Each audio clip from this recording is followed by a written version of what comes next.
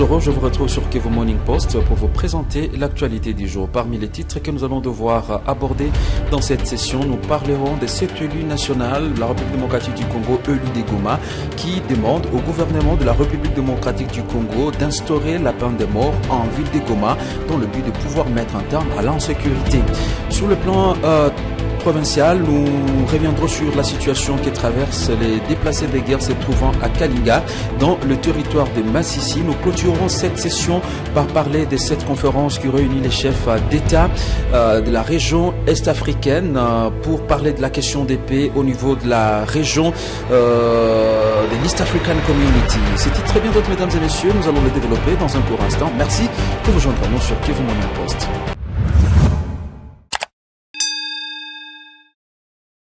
Je l'ai annoncé, le député national Josué Mufula invite le gouvernement de la République démocratique du Congo à pouvoir instaurer la peine de mort. Ceci suite à la recrudescence des cas d'insécurité dans la ville de Goma. Ces demandes interviennent au lendemain d'une incursion de bandits armés qui ont blessé 2 personnes sur avenue Maguéné. Nous sommes au quartier Keshero. Pour ce teli de Goma, plus les autorités laissent la place aux droits de l'homme, les malfrats en profiteront pour faire du mal aux habitants. Il est devant la caméra de Kivu Morning Post. Pas très tôt matin, on n'a même pas dormi en fait. Donc vous le savez très bien, l'espoir de vie à Goma devient de 48 heures renouvelable. Donc on dort la nuit, on ne sait même pas si on va se réveiller le matin. Ma fille est ici, elle est parmi les finalistes malheureux qui ont raté les examens d'État l'année passée.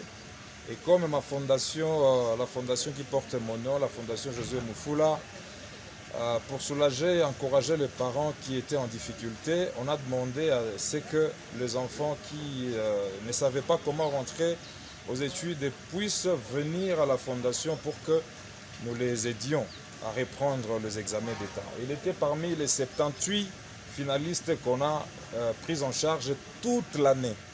Alors, c'est à 2 heures du matin pratiquement. J'étais encore en train de travailler sur mon ordinateur et le téléphone était à côté. Je vois un appel qui entre 2-3 fois avec insistance. J'ai coupé 3 fois. Et à la dernière minute, je me dis, mais pourquoi cette gamine est en train de déranger à cette heure ici?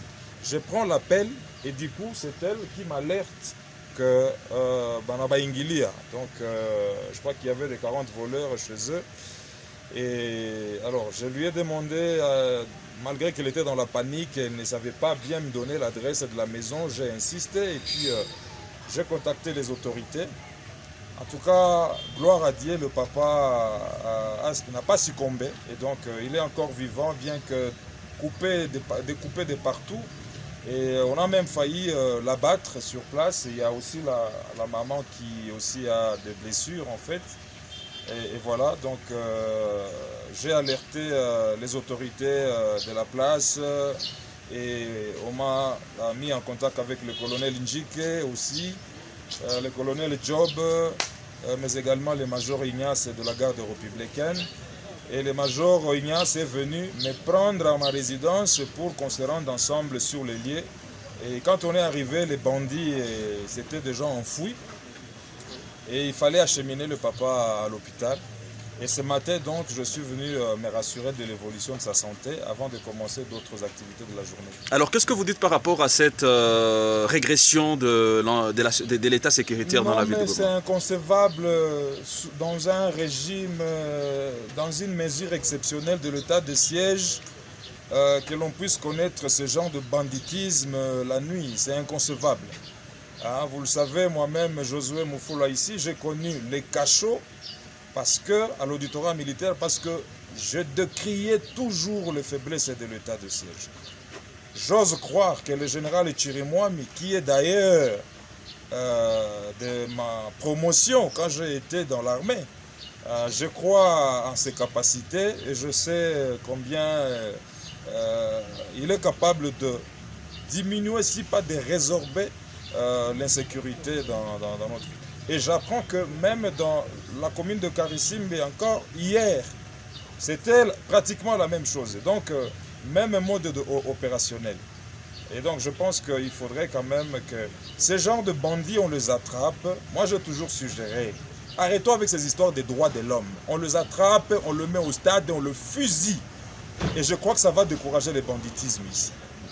Restons toujours à Goma, parlons de la question sécuritaire cette fois-ci. Elle va s'étendre sur l'ensemble de la province du Nord Kivu, où les fans de Fally Ipupa ont témoigné leur attachement au concert d'Arena qui est prévu d'ici le 25 novembre 2023. Ces fans de Fally Ipupa, réunis au sein de Warriors de Goma, ont fixé rendez-vous à ceux-là qui aiment Fally Ipupa au niveau du camp des déplacés de Don Bosco, où ils sont allés assister les enfants qui ont fui leur village suite au combat entre les forces armées de la République démocratique du Congo et les rebelles du 123 sur place. Ces Congolais qui aiment la musique ont profité de cette occasion pour offrir des cadeaux aux enfants. Et pourquoi ne pas partager ce malheur qui traverse ces Congolais, mais aussi inviter les combattants qui se sont montrés très farouches à l'égard de Fally Ipupa de suspendre leurs menaces contre l'artiste et de les laisser jouer, car c'est sur base de ces prestations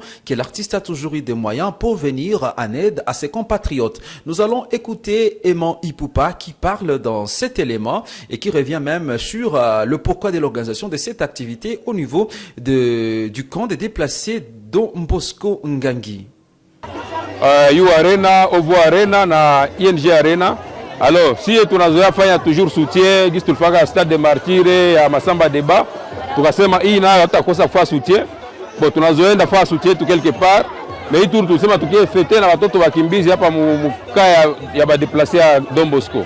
Bon, hii financement ni kila warrior hapa aligusa mfuko yake, tukachia akamontamwa fulani, tunatosha mo hii mapolo zetu na nusu njoo ili tukusaidia kuuza hiki kitu kidogo kwa hapa. Ndio maana unaona kama ene batoto ni nguvu yetu personnel. Bon, ndio tunaona wale wakombata sasa wanakuwa nasema vile fu banakia sur terrain, jua anasemeka mbali, abayegi watu wateseka huku ni kusemea kule, ndio kula banalala bien, mais si tuko sur terrain tuko naona gisi watu wanateseka, na ndio nguvu yetu tunasema tukibaonesha kama ile basemeka mbali banaweza kufanya plus kesi jubo banapata makuta mingi kesi.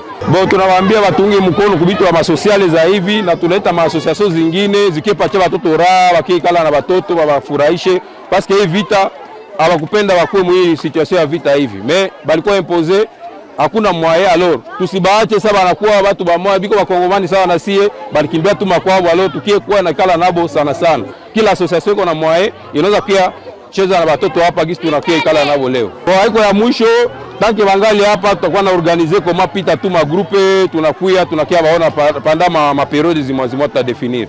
Je l'ai annoncé au sommaire, arrivée massive de nouveaux déplacés dans les localités du groupement Biri dans le territoire de Massissi au Nord Kivu, et cela depuis la reprise des hostilités entre le patriote résistant et les éléments du 123 soutenus militairement par le Rwanda.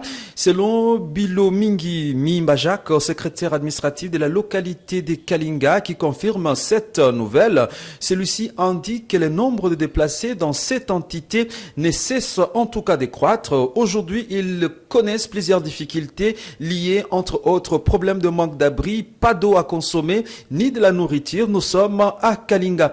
Il précise que ces derniers sont exposés à plusieurs dangers suite aux conditions de vie qu'ils traversent depuis cette semaine. Une semaine qui a été marquée par les affrontements entre le groupe Wazalendo et les rebelles du 123 dans plusieurs entités. Parmi ces entités, l'on peut citer la cité des Mouesso, mais aussi des groupements Kamoronza, Bachali Mokoto, Bachali KMB et Mufuni Matanda. Ces derniers invitent les autorités de la République démocratique du Congo à saisir les taureaux par les cornes pour qu'une solution soit trouvée dans le but de permettre à ses compatriotes de pouvoir mener leur vie dans des conditions qui sont acceptables. Nous allons quitter le territoire de Massissi pour nous rendre dans le territoire de Rutshuru, pour parler de ces affrontements signalés entre deux groupes Wazalendo et qui ont fait 4 personnes blessées. Et là, c'est d'après les informations que nous recevons depuis Nyamilima. Nous sommes en territoire de Rutshuru. Des combats qui ont été rapportés, nous sommes ce vendredi 24 novembre 2023. Selon de sources sur place, ces combats ont éclaté ce vendredi matin entre un groupe Wazalendo de Nyamilima, ces réclamants originaires et des hommes fidèles au général autoproclamé Kabido. Ces échanges de tirs ont occasionné un déplacement de la population qui a fui vers Burumba. Nous apprenons, selon d'ailleurs des témoignages, l'on apprend que ça fait une semaine que la situation reste tendue à Nyamilima après que certains jeunes se seraient retirés de la mouvance Kabido.